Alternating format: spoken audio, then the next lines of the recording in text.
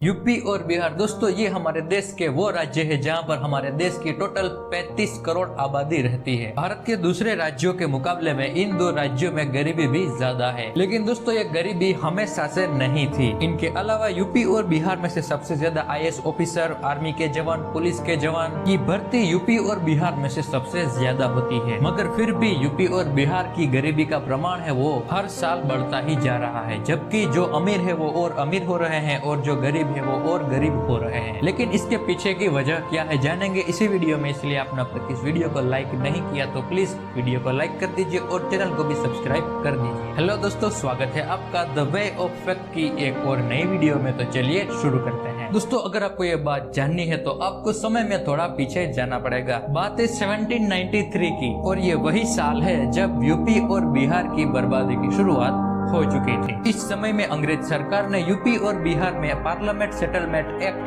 लागू कर दिया। उस समय भारत में लगान वसूला जाता था। लगान का मतलब होता है टैक्स, कर, जो कि किसानों को भरना होता था। अंग्रेज सरकार के आने के बाद ये लगान अंग्रेज सरकार भी वसूलने लगी। लेकिन दोस्तों यूपी और बिहार में अंग्रेज आने से पहले भी लगान वसूला जाता था, जो कि वहाँ का राजा किसानों से वसूलता था। लेकिन उस वक्त लगान की कोई कीमत नक्की नहीं थी, मतलब कि किसान अपनी फसल के उत्पादन के हिसाब से टैक्स यानी कि लगान भरता था। लेकिन अंग्रेज सरकार ने पार्लियामेंट सेटलमेंट एक्ट के तहत लगान की कीमत फिक्स कर दी और इस लगान की कीमत भी बहुत ज्यादा थी और अंग्रेज सरकार ने सिर्फ यूपी और बिहार में ही लगान फिक्स किया था। भारत के दूसरे राज्यों में यह सिस्टम लागू नहीं की थी और यहीं से शुरू होती है यूपी और बिहार की बर्बादी। और इतना ही नहीं, इसके बाद अंग्रेजों ने यूपी और बिहार में जमींदारी सिस्टम भी लागू कर दी। इसका मतलब है जमींदार किसानों से लगान वसूलता था और फिर अंग्रेज सरकार को दे देता था। और इस सिस्टम की वजह से यहाँ के लोगों पर बहुत बुरा असर हुआ। जब भी यूपी और बिहार में ज्यादा बारिश या फिर सूखा पड़ने के कारण फसल खराब हो जाती थी, तब भी उनको लगान भरना ही पड़ता था। अगर वो किसान लगान नहीं भरेगा तो जमींदार किसान की जमीन हड़प लेगा, मतलब कि अंग्रेज सरकार किसानों से उनकी जमीन हड़पने का भी काम करती थी। और फिर यूपी और बिहार में गरीबी बहुत तेजी से बढ़ने लगी, क्योंकि अंग्रेज सरकार किसानों की जमीन हड़पने लगी थी। और फिर मरता क्या ना करता, फिर यूपी और बिहार में किसान आत्महत्या करने लगे, कई किसान लूटपाट करने लगे और कई किसान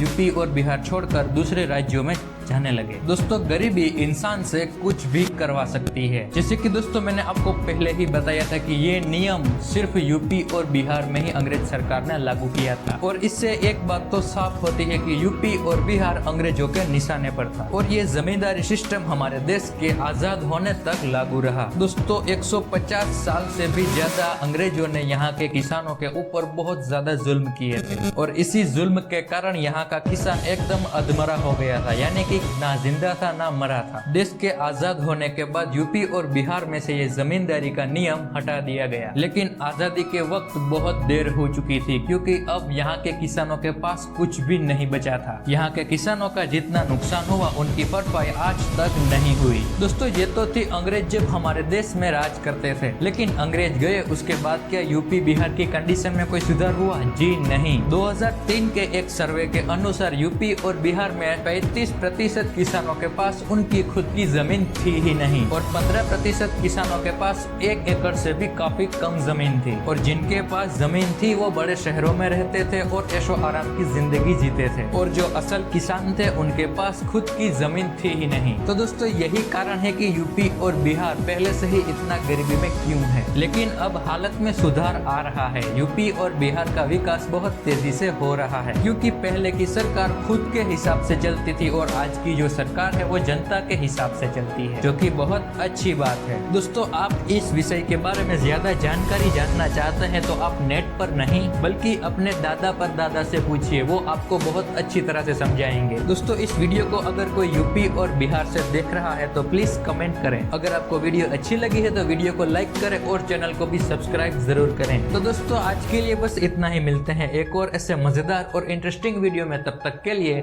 जय हिंद, जय भारत।